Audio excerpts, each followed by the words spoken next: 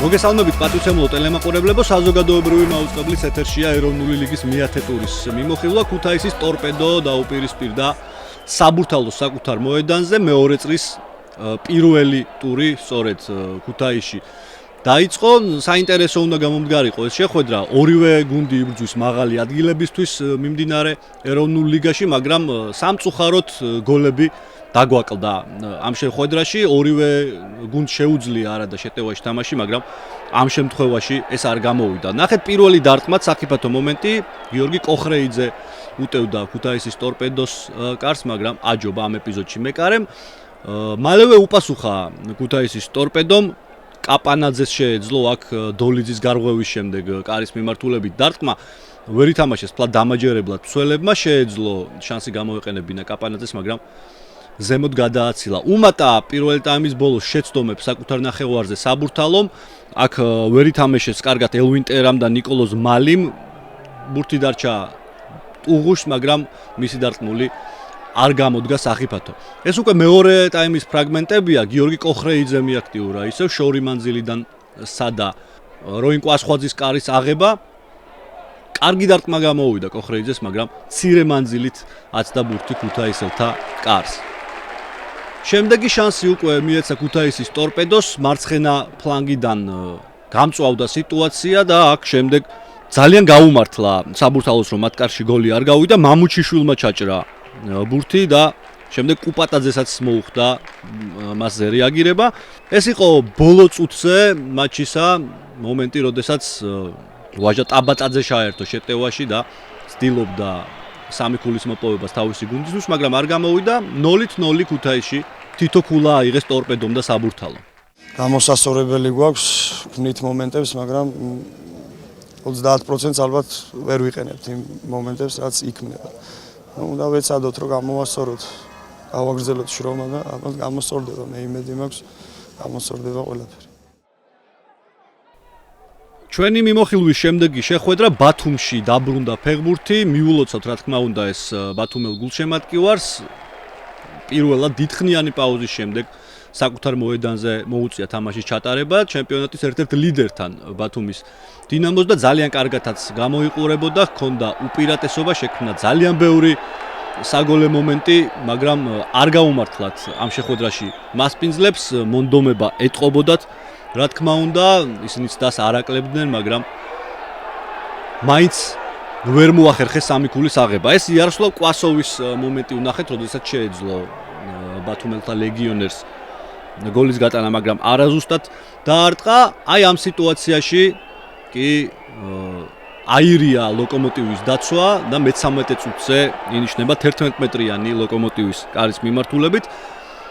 კმაყოფილია, რა თქმა უნდა, ბათუმელი გულშემატკივარი, რომელიც მრავლად მივიდა საყვარელი გუნდის გასამხნევებლად. განმეორებაზეც გამოჩნდება, რომ აქ იყო, რა თქმა უნდა, წესების დარღვევა საჯარიმოში. სამურკასოვის ვარდნა თემურაზ შორნიას წინააღმდეგ და უყოყმანოთ ინიშნება 11 მეტრიანი, რომელსაც ასრულებს ვალერი თევდორაძე. 1-0 ასე გაიხსნა ანგარიში ამ შეხვედრაში.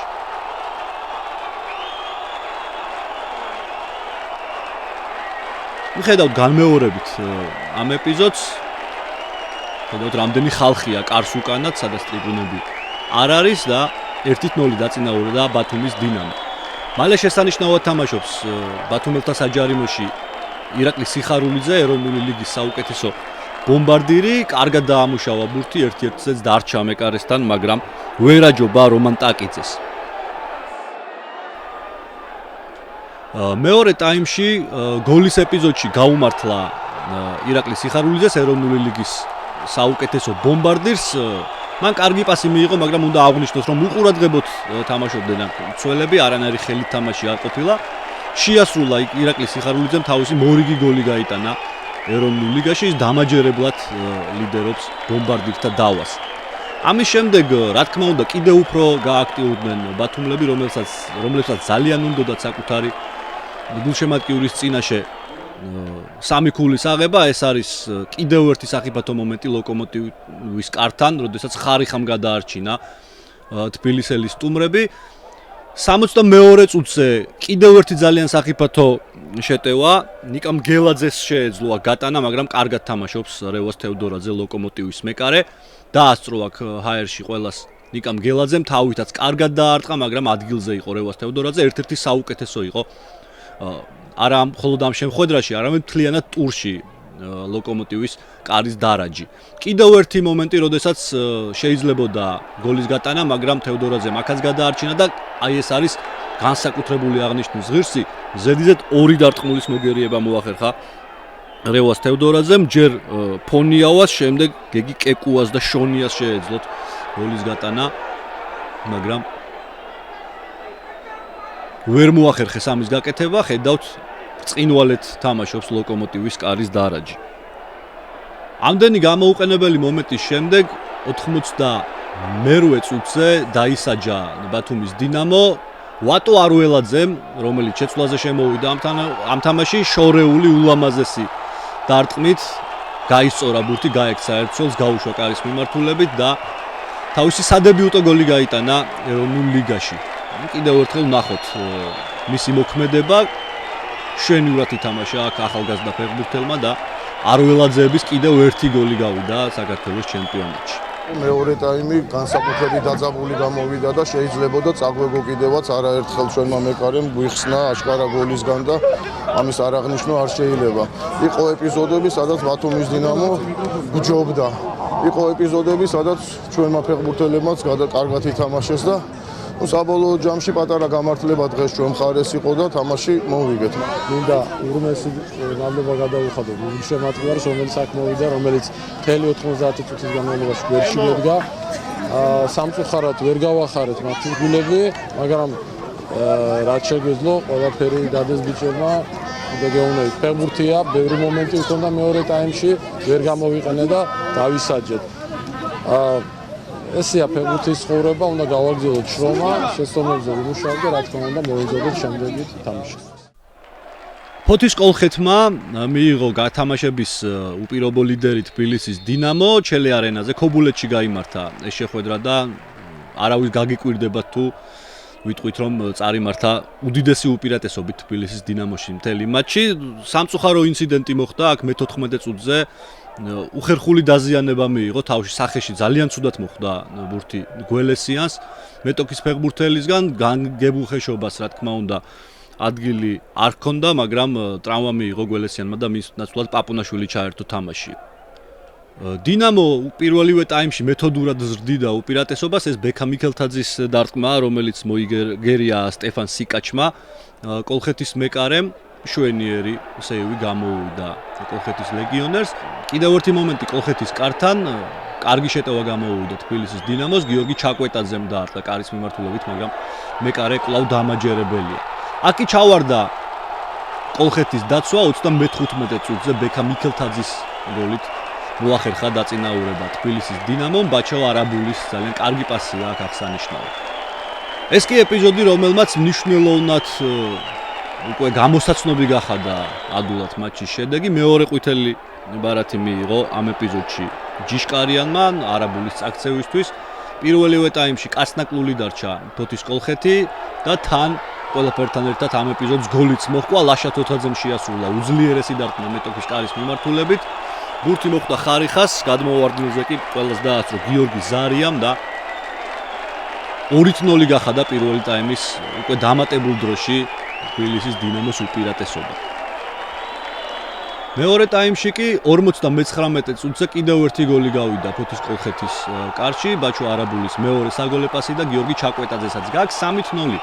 დიდი ანგარიშით იგებს დინამო კვლავ არ უშვებს გოლს უკვე მერამდენე მატჩია. აქ ხედავთ რომ პირველ ეპიზოდში აჯობა მეკარემ ბაჩო არაბულს, მაგრამ შემდეგ ბაჩომ უკვე პასი გააკეთა ჩაკვეტაძეზე და არანაირი პრობლემა მოკლედ არ შექმნია ამ შეხვედრაში თბილისის დინამოს. დამაჯერებლად ლიდერობენ ისინი ეროვნულ ლიგას. მე ვფიქრობ სრული უპირატესობა იყო, შეიძლება და უფრო დიდი ანგარიშითაც დამთავრებულიყო, მაგრამ ამ მედლის საფარმა მედლის საშუალებას მოგცა, მეტი აქ არ შეიძლება. მთავარია პრობლემა ის არის, რომ ხელოვნურზე ვთამაშობთ, ძალიან რთულია ფეხბურთელებისთვის ამ საფარზე თამაში, ისე რომ მე ბიჭებს დიდი მადლობა მინდა უთხრა, აგეთ სტადიონზე დღეს მაინც გამარჯვებას მივაღწევთ. ეროვნული ლიგის აუთსაიდერმა ქობულეთის შუქურამ უმასპინძლა სამტრედიას, შუქურას სერიოზული პრობლემები აქვს, აკლია რამდენიმე ძირითადის მოთამაშე, ვერ აჩვენებს გუნდი კარგი ხარისხის ფეხბურთს. ამის მიუხედავად ძალიან აქტიურად უჭერდნენ მაინც მხარს თავის გუნდს ქობულეთელები, მაგრამ ამ შეხვედრაშიც მოახერხა ფავორიტმა დაგეგმილი სამი ქულის აღება. კარგი კომბინაცია დავით ჩაგელიშვილის პასი და ჯიქიას გოლი მე-10 წუთზე დაწინაურდა სამტრედია. ელემენტარულად გათამაშებული კომბინაცია, კარის წინ დარჩა ჯიქია და ხოლმე ტექნიკის საქმე იყო აქ.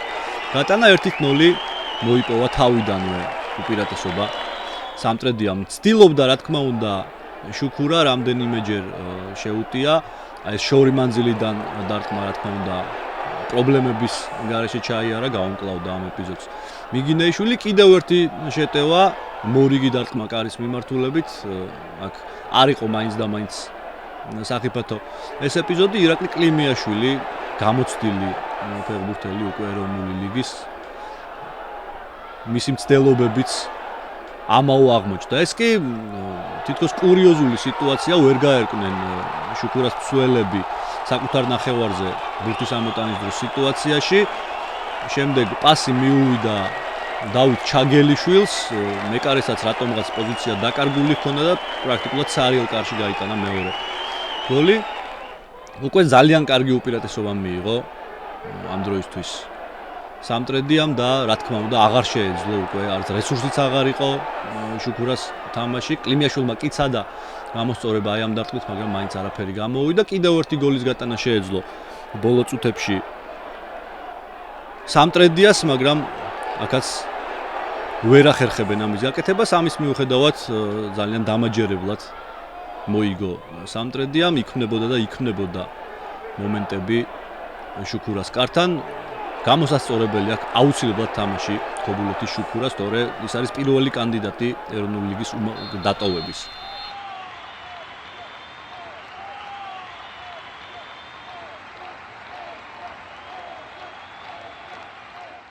კარგი მატჩი გამოვიდა, მადლობა ღმერთს. გამიმარჯვეთ ახლა ეს ყველა ხულა ჩვენთვის მნიშვნელოვანია, მით უმეტეს პირველი თამაში იყო, რომ გავხსენდით ჩემპიონატი და შუქურასთან ქულები დაუყარგეთ, მართლა რო არ გეგმავდით ისე და დღეს რაღაც რეაბილიტაციის მაგვარი მოვახდინეთ რა. ახლა წინ ურთულეს თამაშები გველის და კარგია რომ განწყობა ქულები, ყველაფერი ერთად ეს მივაწყოთ ცოტა ესე თქვა. ჩვენი მიმოხილვის ბოლო მატჩი გორში, თენგიზ ბურჯანაძის სტადიონზე, გორის დილამ უმასპინძლა საჩხერის ჩიხურას. ჩვენ ველოდით რომ ჩიხურა უფრო აქტიური იქნებოდა, 5-0 ქონდა ამის წინა ტურში წაგებული ლოკომოტივთან სოსოფრუიძის გუნდს და რეაბილიტაციისთვის კარგი შანსი ჰქონდა დილა ვერაჩვენებს კარგ ფეხბურთს, მაგრამ ყველაფერი თავდაყირა დადგა მატჩის დებიუტშივე.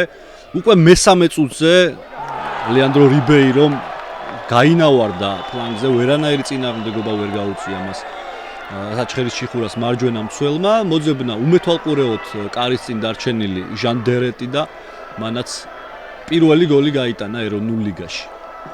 ზოგადად უნდა აღვნიშნოთ, რომ ლეანდრო რიბეირო, ეს ბრაზილიელი ლეგიონერი, სერიოზულ პრობლემებს უქმნიდა მთელი მატჩის განმავლობაში.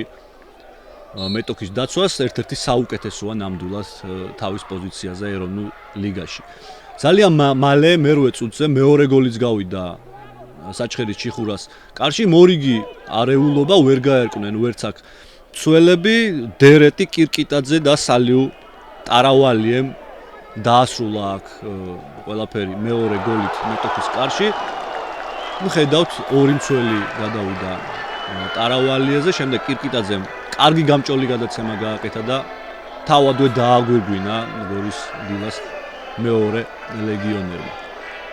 ამის შემდეგ კიდევ უფრო გაგვიღრმავდა იმის რწმენა, ვინც მიადევნა ხალხური ამ მატჩს საზოგადოებრივი მაუწყებლის ეთერში, რომ საჩხერის ჩიხურა ეცდებოდა რაიმეს შექმნას, მაგრამ ეს ასე არ მოხდა. პრაქტიკულად არანაირი მომენტი არ იქნებოდა გორის დილას კართან, ისინი ძალიან ორგანიზებულად იცავდნენ თავს.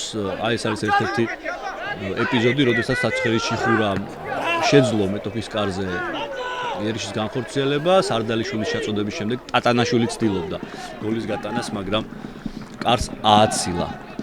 საბოლოოდ გატანილი სწრაფი ორი გოლის შემდეგ გორის დილამ რა თქმა უნდა ანგარიშის შენარჩუნებაზე დაიწყო ზრუნვა, ძალიან იშვიათად იქნებოდა მომენტები მათ კართან და საბოლოოდ 2-0 ძალიან დამაჯერებლად მოახერხეს ჩემპიონატის ერთ-ერთი ფავორიტის დამარცხება გორელებმა საკუთარ მოედანზე.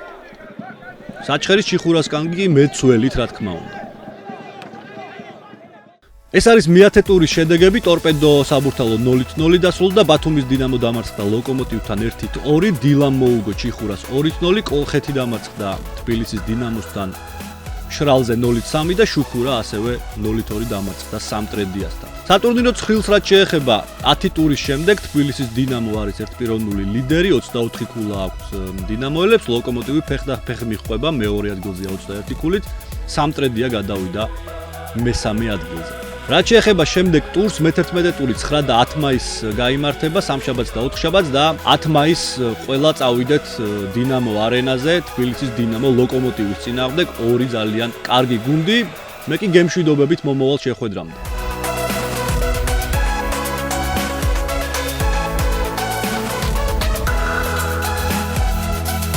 კარგი გადაცემა გავიდა.